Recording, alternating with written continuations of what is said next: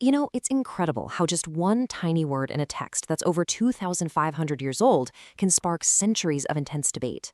Today, we're diving into a fascinating puzzle from the book of Zechariah in the Hebrew Bible, trying to figure out who is speaking and, well, why it changes literally everything.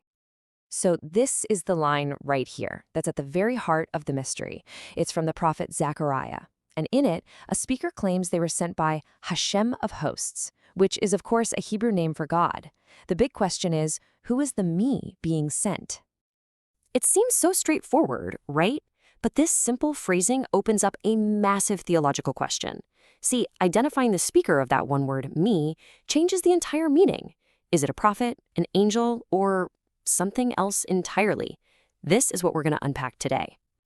Okay, so let's start with the claim that makes this verse so controversial in the first place.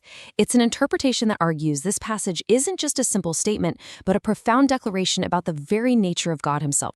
The Trinitarian claim, as our source material lays it out, is that the me in this verse actually refers to a divine person. So if you read it that way, it basically says, God sent God. This suggests that God is made up of more than one person, with one sending the other.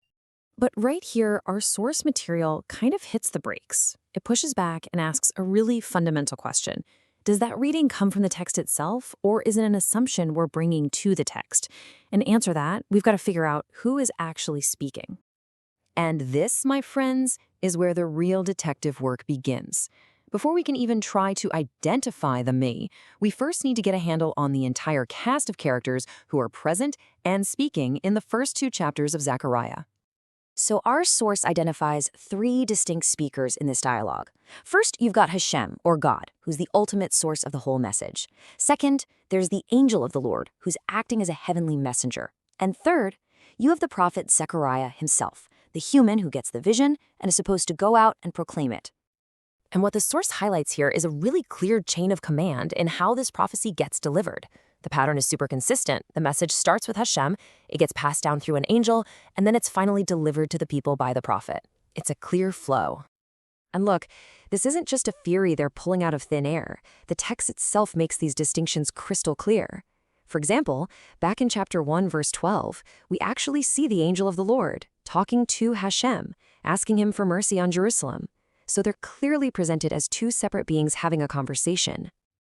Okay, so we've met the cast of characters, and we understand the chain of command. Now we can finally lay out the two main theories for who the me is in our key verse. This is where the whole debate really heats up.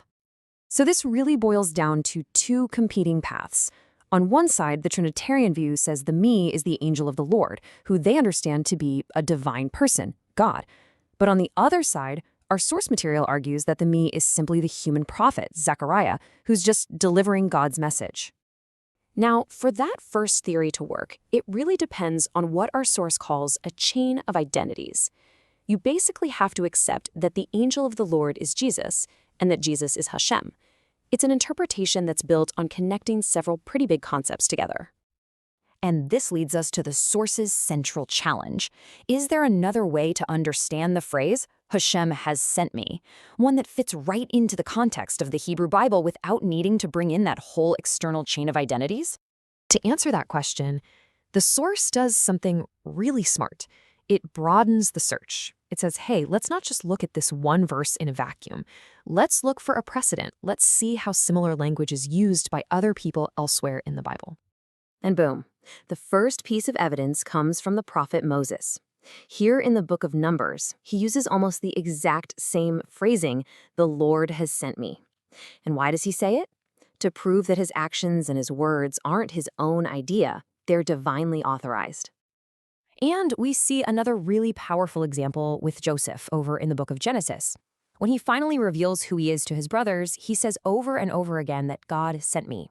Again, you have a human messenger explicitly saying that God commissioned his mission. So here's the crucial point the source is making. The phrase Hashem sent me isn't necessarily some unique one-off claim to being God. Instead, it acts like a standard prophetic formula. It's the way a human messenger says, hey, listen up, because this message is coming straight from the top. All right, so we've looked at the characters in the text, we've weighed the two competing theories, and we've checked for biblical precedent. Now let's bring it all home and look at the final conclusion presented in our source material. After weighing all the evidence, the source's verdict is pretty clear. The most logical person to be speaking the words Hashem of hosts has sent me is the human prophet at the very end of that communication chain, Zechariah himself. And the reasoning is really threefold. 1, the phrase itself is a standard formula used by prophets. 2, the immediate context shows that clear chain of command we talked about. And 3, the idea that the angel is actually God is an external assumption. It's not something the text itself requires you to believe. So this brings us full circle. According to this analysis, the verse isn't some complex, hidden mystery about the inner workings of God. Nope, it's a straightforward declaration of prophetic authority. It's not God sent God, it's God sent the prophet Zechariah. So this entire deep dive, this whole debate, it all hinged on one little pronoun. It's a powerful reminder of how absolutely critical context is, and it leaves us with one final thought to chew on. How often does the entire meaning of a text change just by asking the simple question, who is talking?